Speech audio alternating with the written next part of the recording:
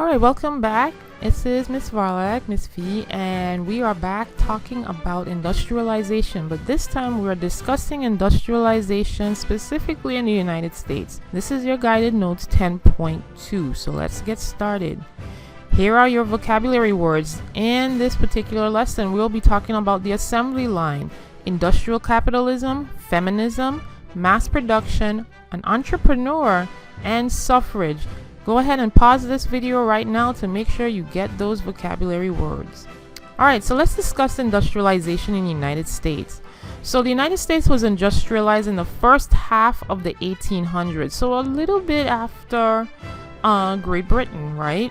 Which is a little bit early in the early 19th century.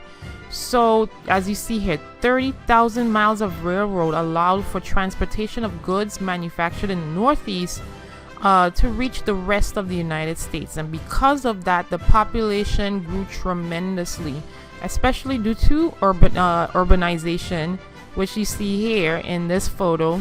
A lot of people moving in from the countrysides to the city, and industrialization, they're working for factories and so forth. So former farmers, especially those that were women and children, now became factory workers living in northeastern states and working in northeastern factories. So as you see here, this could possibly be somewhere like New York City, and there's a lot of people, there's a lot of commerce, as you see here, and that is a perfect example of urbanization, where it's no longer a dusty village anymore. It's a thriving, bustling city, and obviously it's going to become a metropolis, but we'll talk more about a metropolis later. Alright, so in urbanization, of course, there's going to be some problems. Housing and public sanitation are going to become a problem because of the amount of people that are coming in, and the cities are growing so fast, especially in the second half of the 19th century. So there needs to be improvements in public health, sanitation, and of course in the factory itself. So city governments created these things called boards of health to improve housing conditions and city conditions. So things like clean water and an effective sewage system was extremely important to public health, because they realized that if they do not have healthy cities, they're not going to have healthy workers, and no healthy workers means no work gets done. So the Board of Health was put in place so that workers can be healthy, so that they can be able to work in the factories. So let's talk about one of the inventions that came out of all of this. In 1901, Orville and Wilbur Wright made the first flight in a fixed-wing plane at Kitty Hawk, North Carolina. As you see here, this is a photograph that shows the first powered, controlled, sustained flight, as you see here, to 120 feet in 12 seconds. And that was done by Orville and Wilbur Wright. So in a mass society or in cities, there's now this new socioeconomic structure. So social economic structure, right? And now you have three new classes that came out of this structure, of this society, or this city state. You have elites, and those members of the elites were those people that were in government and the military.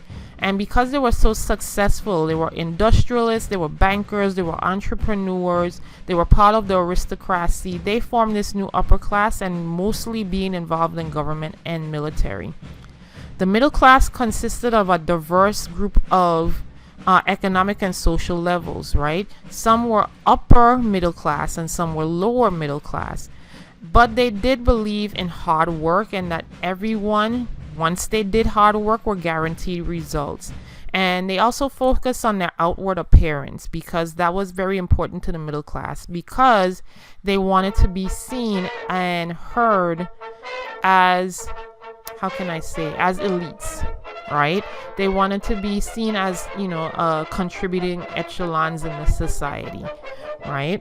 However, the majority of the population, what are 80% of the population, as you see here in Europe and also in the United States, was the working class.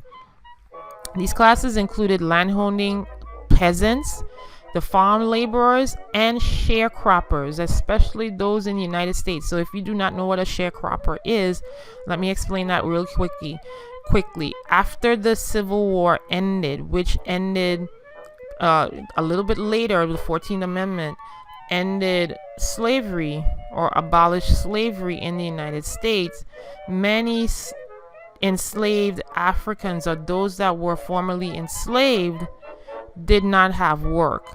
So what plantation owners did is that they told them, you can still work here, but you will have to give us a share of your crops as payment, right? And that's where the word sharecroppers came in. So again, they're still working on plantations, but they're giving a share of what they've grown on that piece of land that they've gotten.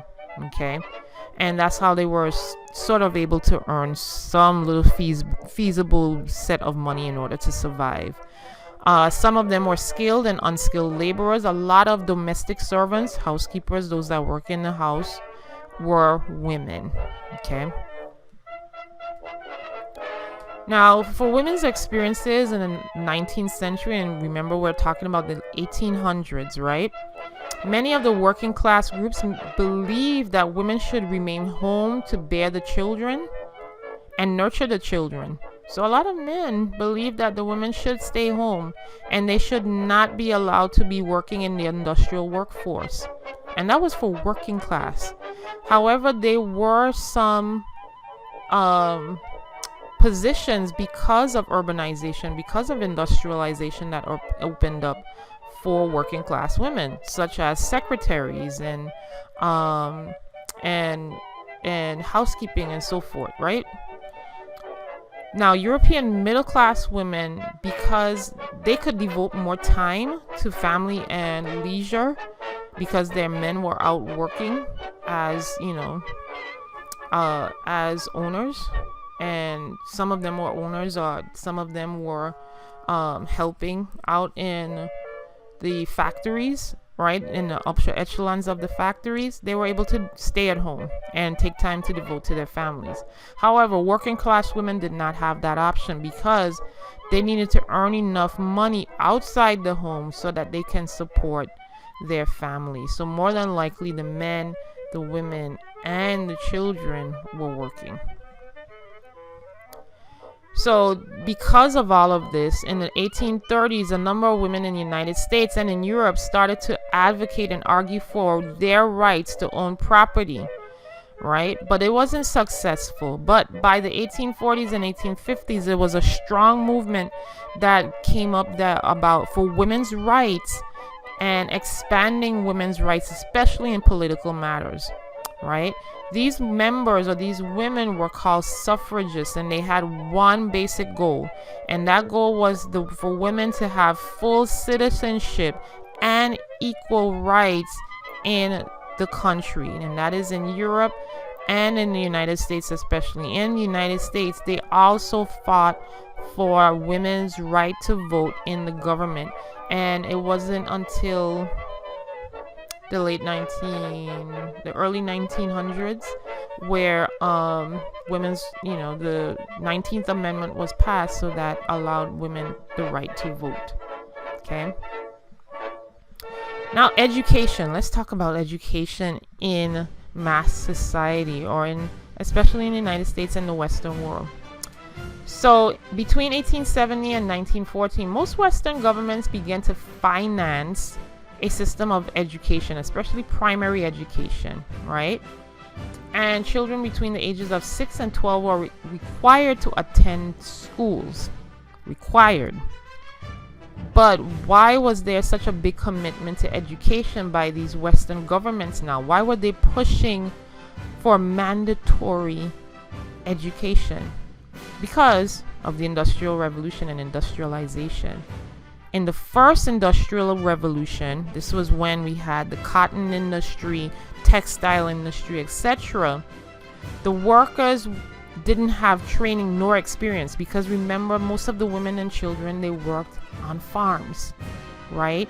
And they did not have the training or the experience to work in the factory, right? However, at the turn of the century in the 1800s or the 19th century, when the second industrial revolution happened, and now we have the steel industry, we have the cotton industry, we have railroads, etc., and electricity, right? Now, these firms or these factories need trained, skilled workers to work in the factories. So this is why education and mandatory education was put in place by governments to make sure that the children were trained, skilled workers to work in these factories or in these companies. And it's still in existence today. Let's talk about leisure. How did they have fun? If they're working so hard, remember they're working 16-hour, 12-hour days, right? Maybe 14-hour days, hours in the factories. What did they do to let off steam and stress? Well, the second revolution, industrial revolution, allowed people to pursue new forms of leisure that may not have been accessed to working class people before, because it was just for the aristocrats, right? So now popular people or massive crowds are being entertained and distracted from the reality of their work life, and now they're able to go to different things like amusement parks, like you see here with this first Ferris wheel that was erected in Chicago in 1893, which was the first World Fair, right? Dance halls, organized team sports. Baseball comes in as a pastime sport in the United States, and they're finding different ways, the beach, right, to enjoy ways to spend their time and have some fun outside of work. All right, so your job in this case is to click on these buttons to find out more about these inventors and get them down in your guided notes. And let's talk about the apply it section. Here we have a primary source. You're going to answer these questions in your guided notes and in Edpuzzle, and I'll look forward to seeing your answers and discussing this. I'll see you in the next video. Peace.